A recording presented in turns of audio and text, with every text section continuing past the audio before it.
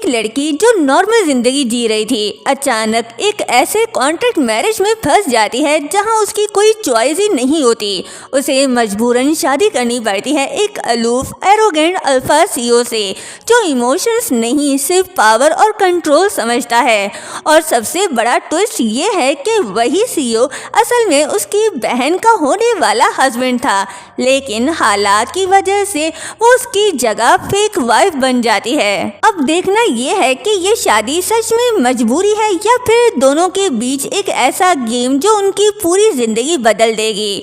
तो चलिए ड्रामे को स्टार्ट करते हैं। ये है इस ड्रामे की फीमेल लीड टांग नुआन नुआन, जो एक टॉप टायर अल्टीमेट अनलकी बिचारी है। इसकी लाइफ लिटरली एक कंप्लीट डिजास्टर पैकेज बन चुकी है। मैडम पहले अब्रॉड में full fairy tale life enjoy कर रही थी, लेकिन जैसे ही वापस कंट्री आई सीधा जिंदगी का सबसे बड़ा थप्पड़ इसके मुंह पर पड़ गया। उसकी रियल ट्विन सिस्टर टांग आन रान इतने इम्पोर्टेंट वेडिंग डे पर ही किसी बकवास ट्रू लव के चक्कर में शादी से भाग गई और पीछे सिर्फ एक लेटर छोड़ गई जिसमें लिखा था, मैं जबरदस्ती बिजनेस मैरिज नहीं कर सकती, ये मेरी लाइफ है, मैं अपनी पसंद से शादी करूंगी। लेकिन सबसे ज्यादा डेंजरस पार्ट अभी बाकी था। जिस आदमी से आन रान की शादी होनी थी वो था हाओ यान मिंग, आईचिंग का famous cold hearted rootless CEO. छोटी सी बात का भी बदला लेना जैसे डेंजरस लाइफ लिटरली इसके लिए इन्वेंट हुआ हो। उधर स्कैमर बाप प्रेसिडेंट टांग टेंशन में पागल हो रहे थे। हाओ फैमिली के लोग तो ब्राइड लेने बारात लेकर ऑलमोस्ट दरवाजे तक पहुंच चुके थे। अगर सबको पता चल गया कि ब्राइड भाग गई तो टांग फैमिली की कंपनी वहीं स्पॉट पर ही बैंकरप्ट हो जाएगी। इसलिए सेल्फिश डैड ने अपनी छोटी बेटी नुआन नुआन को टारगेट किया और उस अनलकी ट्विन सिस्टर को इमरजेंसी रिप्लेसमेंट ब्राइड बना दिया। नुआन नुआन अंदर से कम्प्लीटली टूट चुकी थी, दिल में बस चिल्ला रही थी, तुम लोग ये शेडी डैडी स्कैमिंग प्लानिंग बहुत ही स्मूथ है, मुझे सीधा बलि का बकरा बनाया जा रहा है, मैं यहाँ कोई ग्रैंड वेडिंग नहीं करने वाली। डैड की टेंशन अब फुल मैक्स लेवल पर चली गई। सीधा 10 मिलियन का एस्ट्रोनॉमिकल पेमेंट ऑफर कर दिया। नुआन नुआन थोड़ी हिम्मत जुटाकर सेल्फ रिस्पेक्ट की बात करने वाली थी, लेकिन जैसे ही उसने सुना कि अमाउंट 100 मिलियन तक इंक्रीज हो गई है तो मैडम की स्पीड रॉकेट से भी तेज हो गई। बेचारी की डिग्निटी पैसों के सामने सच में जीरो निकली। एक तरफ पूरी फैमिली उसकी कंप्लेन करने और उसे रोस्ट करने में लगी हुई थी तो दूसरी तरफ महारानी तूफानी स्पीड से $1 मिलियन का वेडिंग ड्रेस पहनकर तैयार भी हो गई। दूसरी तरफ हमारा आइसबर्ग में लीड हाओ यान मिंग फ्लाइट डिले होने की वजह से फुल पैनिक मोड में था। उसके असिस्टेंट का तो गर्म तवे पर फंसी हुई अनलकी चूटी जैसा हाल बन चुका था। इन साहब को तो याद तक नहीं कि आज इनकी शादी है। जब असिस्टेंट ने उसे ये बात याद दिलाई तो एरोगेंट अल्फा सीईओ बस एक रूडली स्माइल देता है और कैजुअली बोलता है, वैसे भी ये शादी सिर्फ एक फॉर्मेलिटी है, अगर लेट हो गया तो ज्यादा से ज्यादा सबको साउथ अफ्रीका भेज दूंगा। लेकिन मैनेजर के कहने पर वो जैसे तैसे शादी पर पहुंच जाता है। लेकिन भाई साहब मानना पड़ेगा, पर्सनैलिटी तो कमाल की है, ये ग्रोम बनकर एकदम हीरो लग रहा है। और तभी वहाँ नुआन नुआन आती है ब्राइड के ड्रेस में, वो भी किसी परी से कम नहीं लग रही थी। उसे देखकर फेक और हिपोक्रेट गेस्ट नॉन स्टॉप तारीफें करने लगे। फेरी जैसी खूबसूरत परफेक्ट कपल, दोनों की केमिस्ट्री बिल्कुल ऐसी लग रही है जैसे रब ने बड़ी फुर्सत से इनकी जोड़ी बनाई हो। थोड़ी देर के लिए यान मिंग भी उससे नजरें नहीं हटा पाता। वेडिंग रिचुअल स्टार्ट होती है। नुआन नुआन यान मिंग को रिंग पहनाती है, लेकिन जैसे ही यान मिंग उसे रिंग पहनाता है तो वो रिंग उससे टाइट होता है क्योंकि साइज तो आन रान की थी, जो देखकर नुआन नुआन बात को संभालते हुए कहती है, मैंने काफी वेट गेन कर लिया है इसलिए ये रिंग मुझे पूरी नहीं, और अपनी छोटी उंगली में रिंग पहन लेती है और मन ही मन शुक्र करती है। लेकिन तभी कुछ अनएक्सपेक्टेड होता है। सभी गेस्ट उन दोनों को किस करने का कहते हैं। यान मिंग तो जैसे मौके के इंतजार में था, उसको कमर से पकड़कर करीब करके सबकी विश पूरी करता है। नेक्स्ट सीन में हम नुआन नुआन को यान मिंग के रूम में देखते हैं, जो अपने डैड का नंबर डायल करने की कोशिश कर रही थी, लेकिन उसके डैड का फोन ऑफ था तो वो मन ही मन कहती है, कहीं मॉम डैड की ये कोई चाल तो नहीं मुझे सेल करने की, कॉन्ट्रैक्ट साइन करके मुझे भूल तो नहीं गए।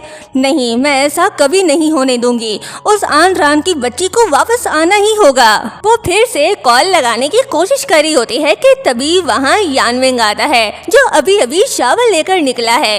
भाई साहब, इसकी बॉडी तो कमाल की है, जो देखकर नुआन नुआन भी थोड़ा ब्लश करने लगती है। लेकिन तभी उसे रियलाइज होता है कि आज तो उनकी वेडिंग नाइट है, तो वो खुद को ब्लैंकेट में छुपा लेती है। यानविंग उसको हैरान होकर देखने लगता है। तभी वो उससे कहती है, मैं सोते हुए बहुत बातें करती हूँ और हाथ पैर भी बहुत चलाती हूँ, क्यों ना हम अलग अलग ब्लैंकेट्स में सोएं। जो सुनकर यानविंग कहता है, ये क्या बोल रही हो तुम, आज हमारी फर्स्ट वेडिंग नाइट है। तो वो हंसने लगती है और कहती है, हाँ मुझे पता है, लेकिन हम आज कुछ नहीं कर सकते क्योंकि मेरे मेहमान आए हुए हैं। जो सुनकर यानविंग का मुंह एकदम से सीरियस हो जाता है और वो रूम से बाहर निकल जाता है। नुआन नुआन को लग रहा है कि शायद वो गुस्सा हो गया। उसे यानविंग के गुस्से से डर भी लग रहा था, लेकिन वो मन ही मन कहती है, उसके गुस्से की वजह से मैं उसके साथ इलू इलू तो नहीं कर सकती ना, होता रहे गुस्सा, मुझे क्या, कौन सा वो मेरा रियल हस्बैंड है।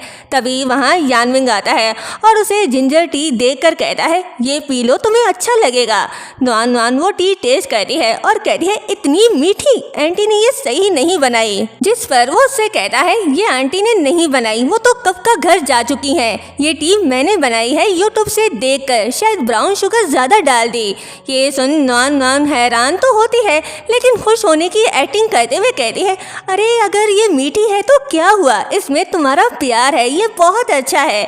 लेकिन ये सुनकर हमारा कोल्ड हार्टेड सीओ स्माइल नहीं करता, बल्कि चुपचाप एक ब्लैंकेट लेकर दूसरी साइड सो जाता है और फिर नुआन नुआन भी सो जाती है। लेकिन भाई साहब, सुबह का सीन तो कुछ और ही था। जब यानविंग की आंख खुलती है तो नुआन नुआन किसी मैग्नेट की तरह उसके साथ चिपकी हुई थी। वो उसे दूर करने की कोशिश कर रहा था, लेकिन महारानी तो दूर होने का नाम ही नहीं ले रही थी और नींद में बड़बड़ा रही थी, प्लीज मत जाओ, और उसके और भी क्लोज हो जाती है, जिससे उसके लिप्स उसकी बॉडी से टच होते हैं और बस यहाँ यानविंग जनाब पिघल जाते हैं। वो जैसे ही नुआन नुआन के क्लोज आता है तो वो जाग जाती है और डर के उससे दूर हो जाती है। तो वो कहता है, मैं क्या कोई भूत हो जो तुम ऐसे रिएक्ट कर रही हो। तो वो कहती है, अरे नहीं, एक्चुअली मेरी पहली बार शादी हुई है ना, तो ऐसे सुबह सुबह एक आदमी को अपने इतने क्लोज देखकर मैं थोड़ी डर गई थी, आदत नहीं ना इन सब की मुझे। तो वो मन ही मन कहता है, शादी तो मेरी भी पहली बार हुई है, अजीब पागल लड़की है ये। और फिर उसके क्लोज जाकर कहता है, अगर शादी पहली बार हुई है तो ये भी पता होगा कि शादी के बाद कुछ बेसिक नीड्स होती हैं, और वहाँ से चला जाता है क्योंकि उसे ऑफिस के लिए लेट हो रहा था। उसके जाने के बाद नुआन नुआन अपने डैड को कॉल करती है और अपनी बहन के बारे में पूछती है कि क्या वो उन्हें मिली। तो वो कहते हैं, नहीं अभी तक नहीं, तुम्हें फिलहाल वहीं पर ही रहना होगा। ये कहकर वो कॉल कट कर देते हैं। बेचारी नुआन नुआन हेलो हेलो करके रह जाती है। नेक्स्ट सीन में हम उन दोनों को डाइनिंग टेबल पर देखते हैं, दोनों साथ में ब्रेकफास्ट कर रहे होते हैं। यानविंग के मॉम डैड भी आए हुए थे, लेकिन वो कुछ खा नहीं रहे थे। तो यानविंग अपनी मॉम से कहता है, आप कुछ खा क्यों नहीं रहे।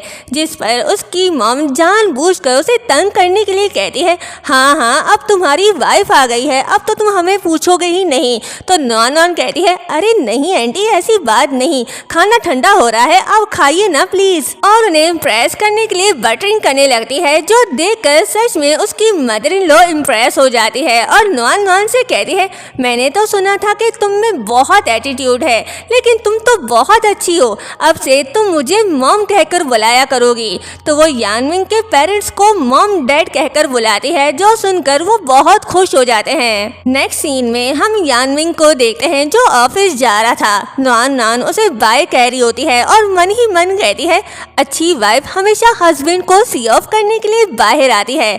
लेकिन तभी यानविंग उसे कहता है, तुम ऐसे क्या देख रही हो, क्या तुम्हें ऑफिस नहीं जाना, चलो आओ मैं तुम्हें ड्रॉप कर देता हूँ। ये सुन उसे तो जैसे झटका ही लग जाता है। वो मन ही मन कहती है, ओ नो, मुझे तो ये याद ही नहीं था कि मेरी सिस्टर ऑफिस भी जाती है। आसमान से घिरे खजूर में अटके, ये एग्जाम्पल एकदम इस पर फिट बैठता है। वो मन ही मन खुद से कहती है उसकी जगह शादी कर ली, ये काफी नहीं था जो अब उसकी जगह मुझे ऑफिस भी जाना पड़ेगा। वो रोने वाली शक्ल बनाकर कार में बैठ जाती है और यानमिंग को देखती है जो अपने लैपटॉप पर काम कर रहा था, जो देखकर वो मन ही मन कहती है इसका और मेरी सिस्टर का एकदम परफेक्ट मैच है, दोनों एक जैसे हैं, हर वक्त बस काम ही काम। और यानमिंग से कहती है जब तुम काम कर रहे होते हो तो बहुत हैंडसम लगते हो, जो सुनकर वो स्माइल करता है और कहता है हाँ तुम भी जब काम नहीं करती तो बहुत क्यूट लगती हो, जो सुनकर वो ब्लश करने लगती है। लेकिन तभी वो मन ही मन खुद को डांटती है और कहती है अरे पगली, वो तेरी नहीं तेरी बहन की तारीफ कर रहा था, अब ब्लश करना बंद कर। तभी यानमिंग उससे कहता है ये तुम्हारा चेहरा इतना लाल क्यों हो रहा है, और उसे टच करने लगता है तो वो पीछे हट जाती है ये कहकर कि मैं ठीक हूँ। जिसके बाद वो ऑफिस जाती है जहाँ उसकी बहन का मैनेजर उसे सारा काम समझाता है और बताता है कि उसकी बहन का बिहेवियर ऑफिस में कैसा होता था, और सारा दिन एक्टिंग कर करके वो बेचारी तो थक ही जाती है। और जैसे ही शाम में ऑफिस से बाहर आती है तो मन ही मन कहती है मैंने तो कभी इमेजिन तक नहीं किया था कि मेरी सिस्टर इतनी मेहनत करती थी। ओ गॉड, मैं तो बहुत थक गई हूँ। मॉम डैड प्लीज मुझे मेरी पुरानी जिंदगी लौटा दो। तभी वहाँ यानमिंग आता है उसे पिक करने के लिए। नुआन उसे छुपने के लिए पीछे मुड़ती है, लेकिन तभी वो देखती है कि मैनेजर एक फाइल लेकर आ रहा है तो वो जल्दी से यानमिंग की कार में बैठ जाती है। तो यानमिंग और उसका असिस्टेंट हैरान होकर उसे देखने लगते हैं।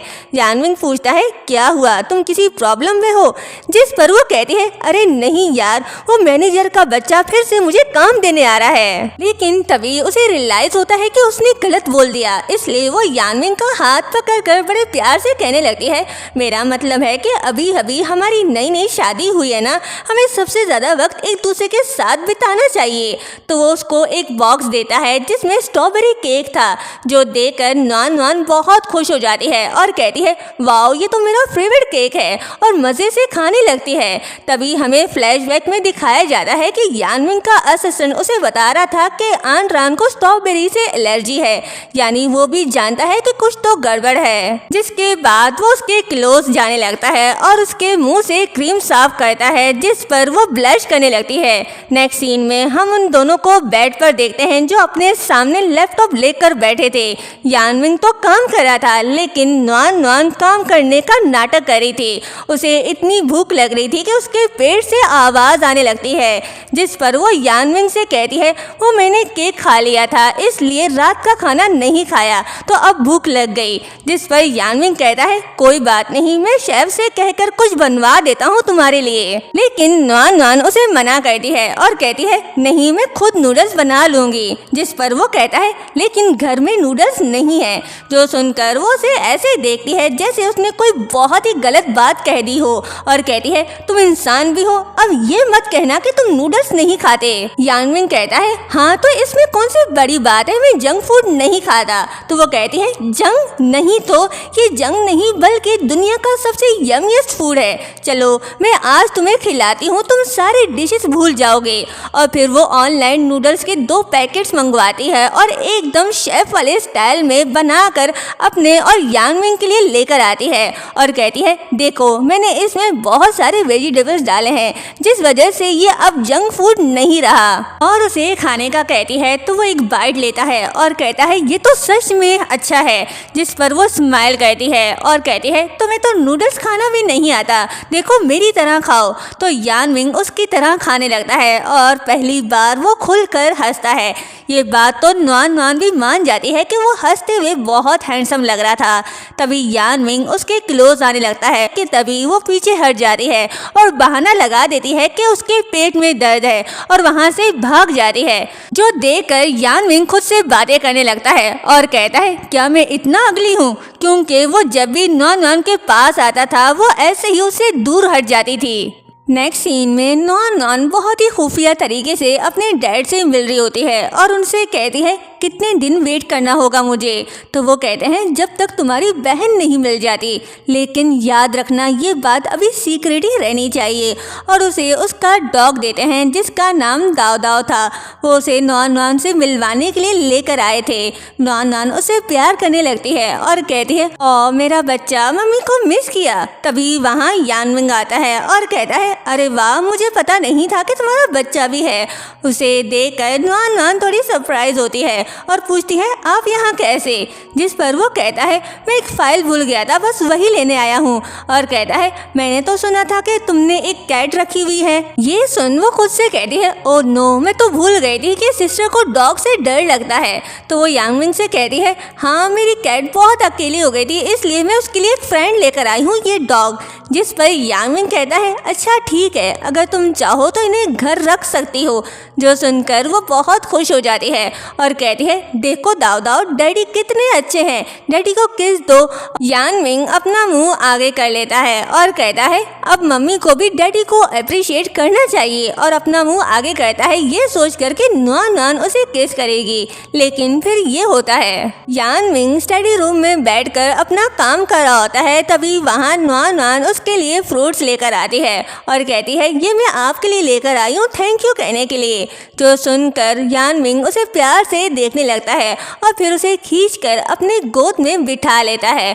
वो उसके करीब जाने ही वाला होता है कि नॉन नॉन उसे दूर हो जाती है और उसे स्ट्रॉबेरी खिलाकर वहाँ से भाग जाती है। नेक्स्ट सीन में हम नॉन नॉन को देखते हैं जो आराम से बैठी हुई थी कि तभी उसकी बेस्ट फ्रेंड उसे कॉल करती है और कल पार्टी के लिए इनवाइट करती है क्योंकि उसका बर्थडे था।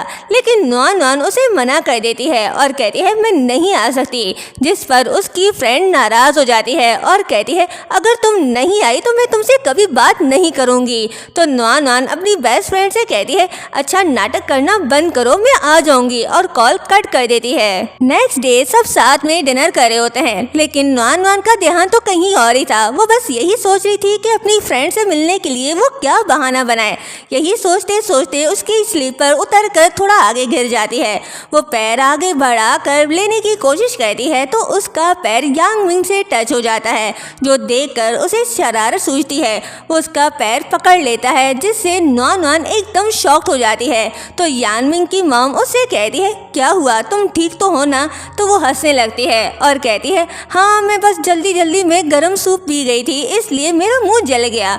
तो वो लोग उसे आराम से खाने के लिए कहते हैं। यानमिंग उसका पैर पकड़कर स्लीपर पहनाता है और फिर सबसे कहता है कि आज मेरे पास बहुत काम है, इसलिए मैं स्टडी रूम में ही सो जाऊंगा। जो सुनकर नॉन नॉन खुशी से उछलने लगती है। तो यानमिंग उसे हैरान होकर देखने लगता है, जिस पर वो कहती है मेरा मतलब है कि आप आराम से काम करो और मैं एक अच्छी वाइफ की तरह आपका इंतजार करूंगी।